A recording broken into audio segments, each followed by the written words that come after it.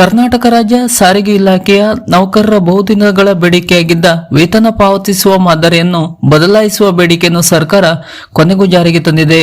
ಇನ್ನು ಮುಂದೆ ಸಾರಿಗೆಯ 4 ನಿಗಮದ ನೌಕರರ ವೇತನವು HRMS ತಂತ್ರಾಂಶದ ಮೂಲಕ ಪಾವತಿಸುವಂತೆ ಕರ್ನಾಟಕ ಸರ್ಕಾರವು ಆದೇಶ ಹೊರಡಿಸಿದ್ದು, ಇದರಿಂದ 7ನೇ ವೇತನ ಜಾರಿ ಕನಸು ಇನ್ನಷ್ಟು ಸುಲಭವಾಗಿದೆ.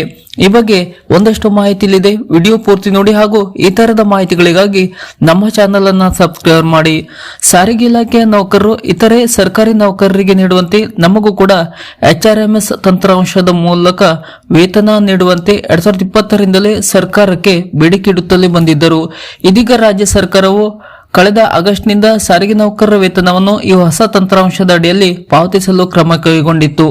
ಆದರೆ ಎಲ್ಲ ನೌಕರರಿಗೂ ಆಗಸ್ಟ್ನಿಂದ ಜಾರಿಯಾಗಲಾಗಿತ್ತು. ಈಗ ಎಲ್ಲರಿಗೂ ಸಿಗುವಂತೆ ಆದೇಶ ಕೂಡ ಹೊರಡಿಸಲಾಗಿದೆ ಎನ್ನಲಾಗುತ್ತಿದೆ. ಹಾಗಿದ್ದರೆ ಏನಿದು ಹೊಸ ತಂತ್ರಾಂಶ, ಇದರ ಉಪಯೋಗಗಳೇನು? ಈ ಬಗ್ಗೆ ಸಂಪೂರ್ಣ ಮಾಹಿತಿ ಇಲ್ಲಿದೆ. ಕರ್ನಾಟಕ ರಾಜ್ಯ ರಸ್ತೆ ಸಾರಿಗೆ ನಿಗಮಗಳಲ್ಲಿ ಈಗಾಗಲೇ HRMS ತಂತ್ರಾಂಶವನ್ನು ಅಭಿವೃದ್ಧಿಪಡಿಸಲಾಗಿದೆ. HRMS ತಂತ್ರಾಂಶದಲ್ಲಿ ದಾಖಲಾಗುವ ಹಾಜರಾತಿ ಮತ್ತು ರಜಾ ಮಂಜೂರಾತಿಯ ಅನ್ವಯ 2024ರ ಆಗಸ್ಟ್ ತಿಂಗಳಿಂದ ಕಡ್ಡಾಯವಾಗಿ HRMS ತಂತ್ರಾಂಶದ ಅಡಿಯಲ್ಲಿ ಸಾರಿಗೆ ನಿಗಮದ ಎಲ್ಲ ಅಧಿಕಾರಿ ಸಿಬ್ಬಂದಿಗಳ ವೇತನ ಬಿಲ್ಲುಗಳನ್ನು ತಯಾರಿಸಿ ಪಾವತಿಸಲು ಕ್ರಮ ಕೈಗೊಳ್ಳಬೇಕು.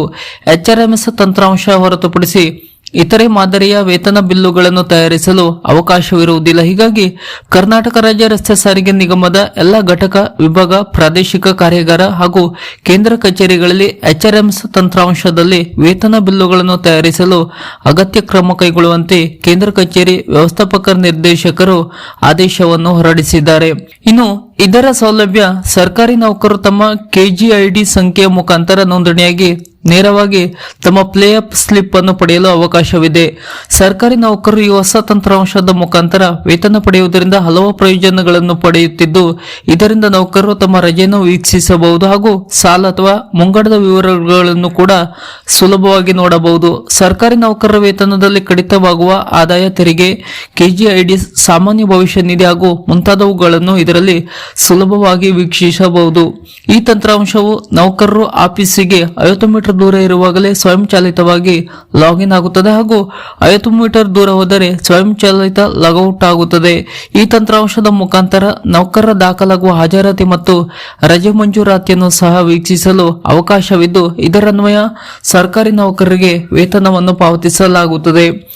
ಇದರ ಜೊತೆ ಸರ್ಕಾರಿ ನೌಕರರಿಗೆ ಸರಿಸಮಾನ ವೇತನ ನೀಡಲು ಇದು ಕೂಡ ಸಹಾಯಕಾರಿಯಾಗುತ್ತದೆ. ಈಗಾಗಲೇ ಈ ಸಂಬಂಧ ಬೇಡಿಕೆ ಜೋರಾಗಿದ್ದು, ಬಹುಶಃ ಸರಿಸಮಾನ ವೇತನ ಈಡಿರುವ ಸಾಧ್ಯತೆ ಕೂಡ ದಟ್ಟವಾಗಿ ಕಾಣುತ್ತಿದೆ. ಯಾವುದಕ್ಕೂ ನೌಕರರು ಇನ್ನು ಸ್ವಲ್ಪ ದಿನ ಕಾಯಬೇಕು. ಆಗಸ್ಟ್ 5 ಸಾರಿಗೆ ನೌಕರರ ಮುಷ್ಕರಕ್ಕೆ ಜಂಟಿ ಕ್ರಿಯಾ ಸಮಿತಿ ಗಡುವು ನೀಡಿದ್ದು, ಅದರೊಳಗೆ ಮತ್ತೊಂದು ಸಭೆ ಕರೆದು ಸಿಎಂ ಆ ಸಭೆಯಲ್ಲಿ ತೀರ್ಮಾನ ಏನಾದರೂ ತೆಗೆದುಕೊಂಡರೆ ಬಹುಶಃ ಸಾರಿಗೆ ನೌಕರರ ಒಂದಷ್ಟು ಬೇಡಿಕೆಯ ಕನಸು ನನಸಾಗುವ ಸಾಧ್ಯತೆ ಇದೆ. ಯಾವುದಕ್ಕೂ ಕಾದು ನೋಡಬೇಕಾಗಿದೆ. ಇದು ಸಾರಿಗೆ ನೌಕರರ ಹೊಸ ಅಪ್ಡೇಟ್ನ ಮಾಹಿತಿ. ಸರ್ಕಾರದ ಈ ತರದ ಇನ್ನಷ್ಟು ಮಾಹಿತಿಗಳಿಗಾಗಿ ಹಾಗೂ ಸಾರಿಗೆ ನೌಕರರಿಗೆ ಸಂಬಂಧಪಟ್ಟಂತಹ ಹೊಸ ಅಪ್ಡೇಟ್ನ ಮಾಹಿತಿಗಳಿಗಾಗಿ ನಮ್ಮ ಚಾನೆಲ್ ಅನ್ನ ಸಬ್ಸ್ಕ್ರೈಬ್ ಮಾಡಿ ನಮ್ಮನ್ನು ಕೂಡ ಬೆಂಬಲಿಸಿ. ನಮಸ್ಕಾರ.